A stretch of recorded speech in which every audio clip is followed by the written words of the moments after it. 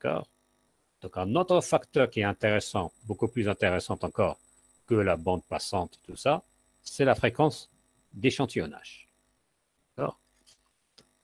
Donc, il faut bien avoir, par exemple, un appareil avec des fréquences d'échantillonnage très grandes.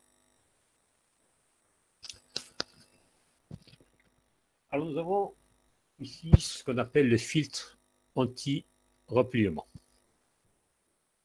Alors, nous avons dit le repliement spectral, c'est lorsque le spectre, d'accord, il entre l'un à l'intérieur de l'autre, donc il y a un chevauchement dans le spectre de votre signal.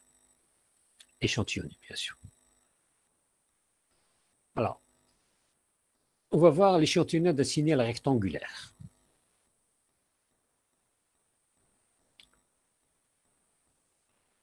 Alors, voilà le signal rectangulaire.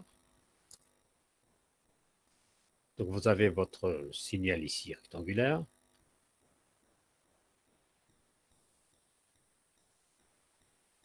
La période, c'est 1 seconde. Donc, la fréquence, c'est 1 Hz. Si je cherche la transformée de Fourier complexe, donc les Cn, donc vous les avez déjà calculés, c'est plus ou moins 1 sur pi n, si n est impair. Et tous les Cn sont nuls si n est pair. Donc voilà le spectre de ce rectangulaire. Donc vous voyez bien, ça c'est la valeur moyenne. n est égal à 1, n0, 2 n'existe pas, 3, 4 n'existe pas, 5, ainsi de suite. Donc il n'y a que les Cn impairs. Je vais échantillonner ce signal. Donc voilà, j'ai échantillonné le signal avec une fréquence de 13,5 Hz.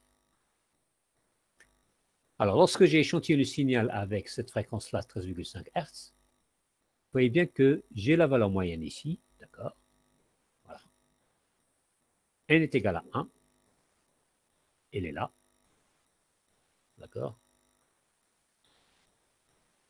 N est égal à 2. Elle ne devait pas exister.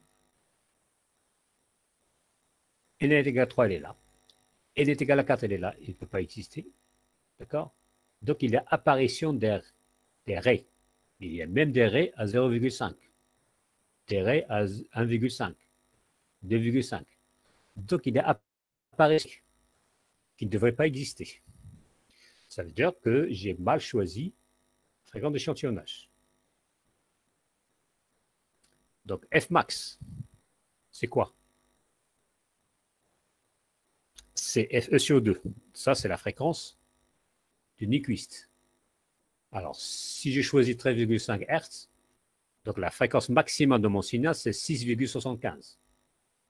Mais le signal rectangulaire, c'est une infinité de fréquences.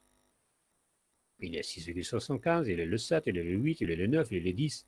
Donc, c'est un signal qui est infini. Donc, il va y avoir des raies qui vont apparaître. Alors, d'une manière générale, tout à l'heure, nous avons dit que c'est Fe moins F0. Mais d'une manière générale, c'est plus ou moins KFE, K c'est un entier, plus ou moins NF0. D'accord? Donc, ce sont les raies qui vont apparaître, puisque le signal rectangulaire, comme vous savez tous, c'est un signal qui est formé par une infinité de fréquences. Parce que la série du Fourier, c'est somme de n égale à 1 jusqu'à plus l'infini. De Cn, ben le n, c'est jusqu'à l'infini. Alors, K est un entier, et N, c'est un entier impair, parce que les Cn n'existent que pour N impair. Alors, regardez là.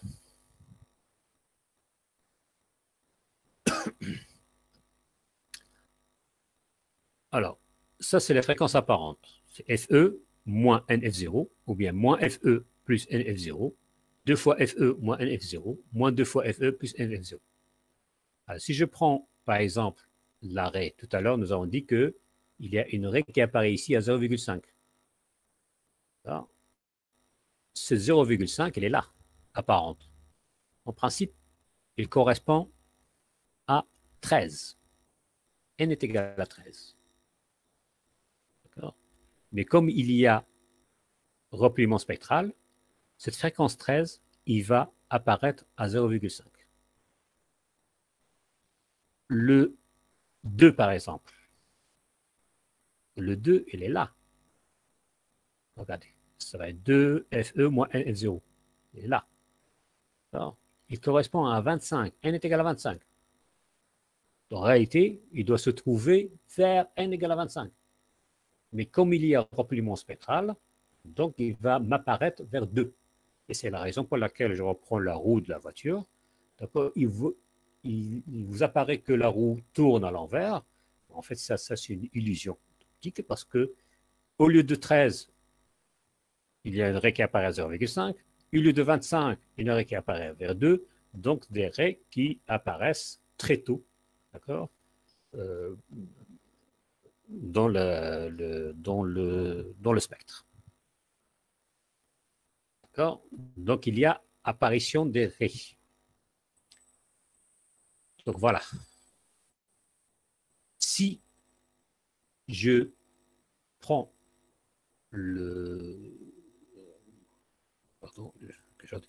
si je prends le signal rectangulaire, mais je l'échantillonne à 1000 Hz, 1 kg. Là, vous voyez bien qu'il n'apparaît pas des raies. Donc vous avez 1, 3, 5, 7, 9, 11, et ainsi de suite. Il n'y a qu'une raie qui apparaît. Mais ça ne veut pas dire que vous n'avez pas de raie. Ça veut dire que tout simplement que l'oscilloscope, d'accord, dans cette fréquence-là, il ne va pas apparaître des raies plus loin que 25. D'accord.